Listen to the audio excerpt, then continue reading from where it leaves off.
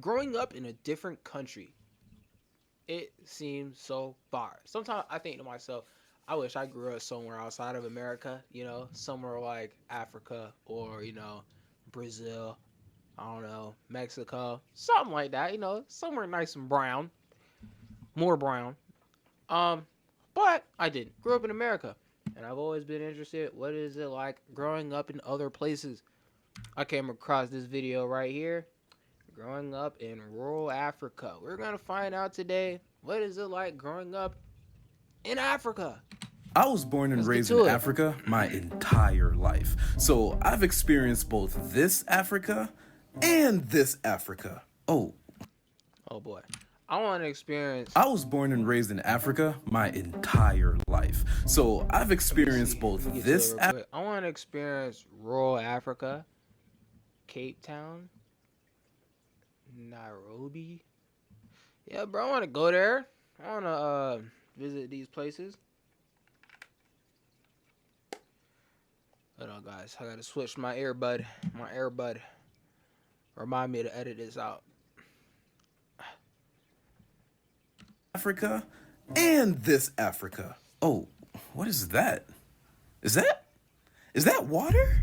No way. Oh, Is that a building? Contrary to popular belief, Africa, a continent by the way, is for the most part filled with bustling cities, thriving economies, huge cultural diversity, and most importantly, we have water. Bro, I never fell for that, like, that stereotype that Africa has no water. It just doesn't make sense.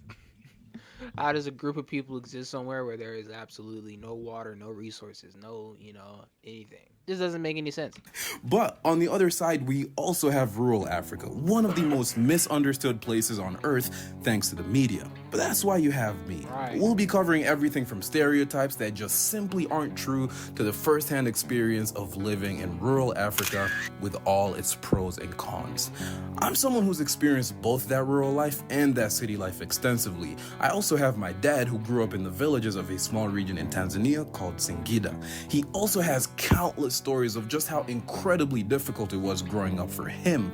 They'd have to sleep on freaking. This guy doesn't sound like African. I'm sure he probably got like an accent somewhere, or like can like turn on an accent or something like that.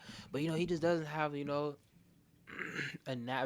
sounds like natural. I don't know where he's at, where he's from now. Not where he's from, but like where he's at now. But like he sounds like a regular like American or something. But yeah, bro, I got like experience living in rural America, bro. I used to live in the country of like of America, and I live in the South. So I got rural South experience. So I might compare it a little bit here and there to like rural America. Cow skin on the floor, no bed. Granted, this was rural Africa in like the 70s and 80s, but a lot still applies today. Manual labor was brutal for him, but it wasn't endless. Devastating beatings from his parents were frequent, but never overwhelming. At least most of them weren't. There were days where food wasn't guaranteed. Farms hadn't yielded enough food, rain hadn't showed up in months, safety and survival from unknown diseases wasn't guaranteed either. But you know what was guaranteed?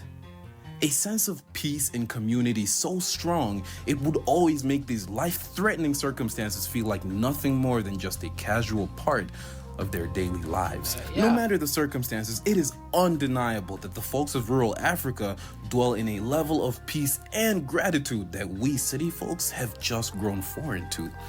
I've been to my father's village many times, and once you get away from the city and enter these places, even the air feels 10 times cleaner. Your mind clears up instantly. It's like the environment itself puts you into a meditative state.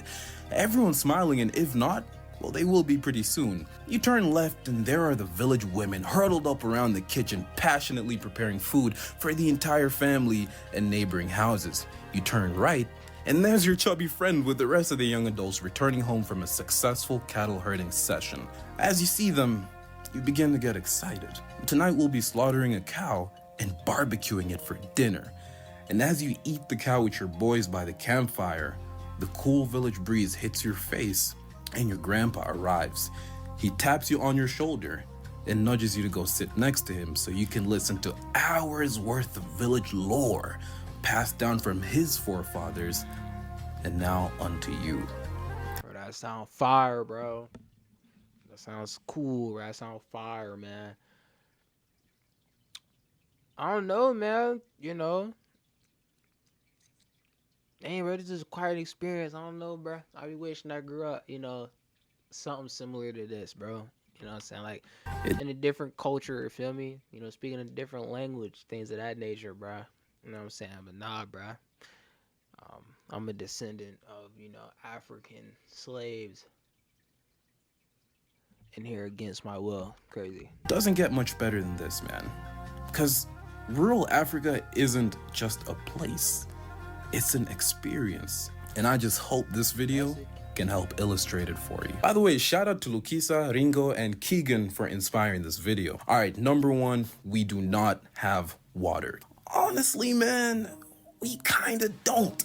Now, there's nuance to that. We do have water, it's just not always clean. The tap water systems in Africa are some of the most unreliable systems to ever be created by mankind. It's gotten to a point where they exist just for show, because in some regions, you'll be lucky if the tap has running water for even just one day out of every week. I am not exaggerating. The street I live in, and I assume he's talking about just like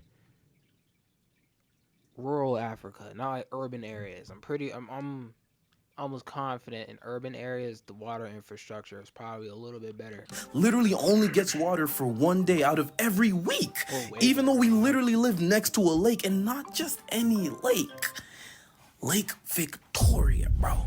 The largest lake in Africa. It's truly disgusting how the government would much rather spend money on buying hundreds of luxury cars for them and their entire clans, instead of providing a daily source of water to its citizens. This leaves most people having to acquire water through the community wells, rivers, and random ponds in the middle of nowhere, as well as the infamous water sachets that Lukisa spoke about. And when times get real tough, you better run to your ancestors and hope they can teach you that rain dance, because you're gonna need to make it rain, my boy. Number two, rural Africa is poor as fuck, bro. A lot of people seem to think the village life is all about extreme poverty, hunger, and desperation. And while poverty does exist, everything is relative. Rural Africans may make only a fraction of the income that someone in the city makes, but their living expenses are often way lower than someone in the city. So much so, actually, that the villagers end up having an easier time getting by than someone in the city, provided you got yourself a few cows or a small piece of land where you can farm. That's interesting, but it kind of makes sense though. You don't have the same amount of, I don't know, reason to like have to spend all that money, so it does make sense. You end up, kind of living easier, comparative to, someone in the city. And when I say living easier, I mean like financially, adequately, you will get by. And it's not like everyone's just out in the grueling hot sun farming all day. A lot of people own shops and other small-scale businesses that raise the overall economy of a given region. Honestly, the most overpowered aspect of living in Africa is the unbreakable sense of community. Villages in Africa are made up of very strong community support systems. Resources are pooled together and shared across a community rather than having everyone fend for themselves. And I genuinely think this is the coolest part of rural Africa. As difficult and as grueling as the physical labor of having to work and farm can be, the fact that you're never alone on those hot, sunny days of manual labor makes it infinitely better. Number three, rural life is uncivilized. Bro, until I watched similar videos on YouTube, I did not even realize that this idea that Africans ride lions and zebras in the wild was so prevalent. And I'm not even mad at this, bro. This shit's honestly hilarious. Some of these AI videos keep me up at night dying of laughter.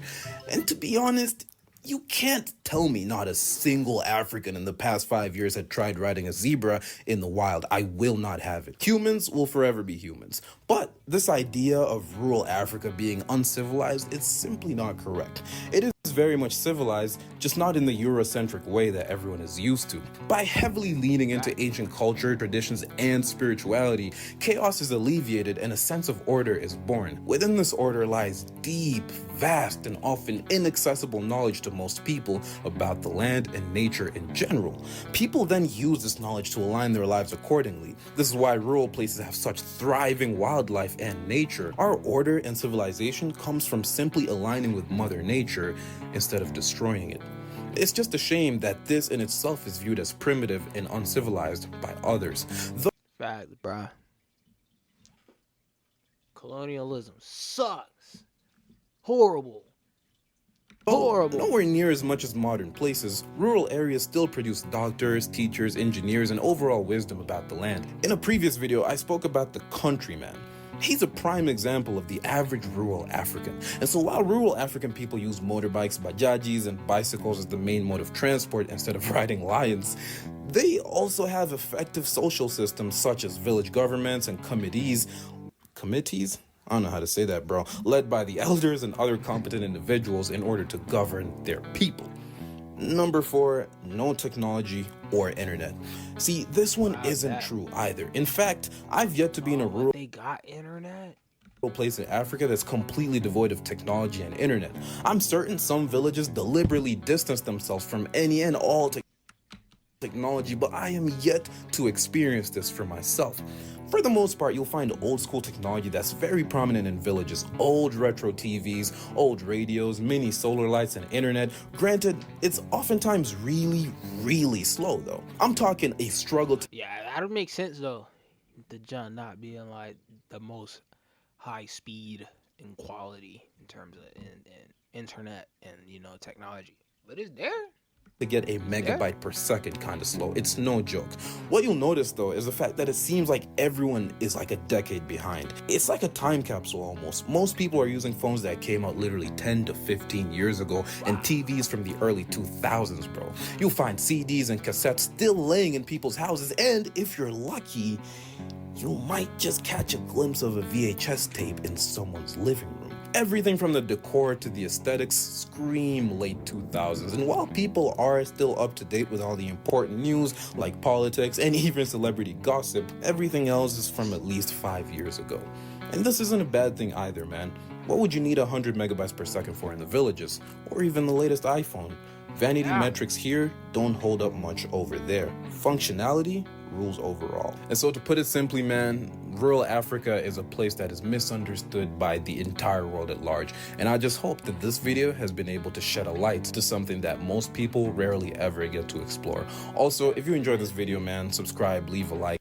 Definitely, man. I ain't know they had internet. I ain't know that. Yeah, like little internet and television and junk like that. That's cool, bro.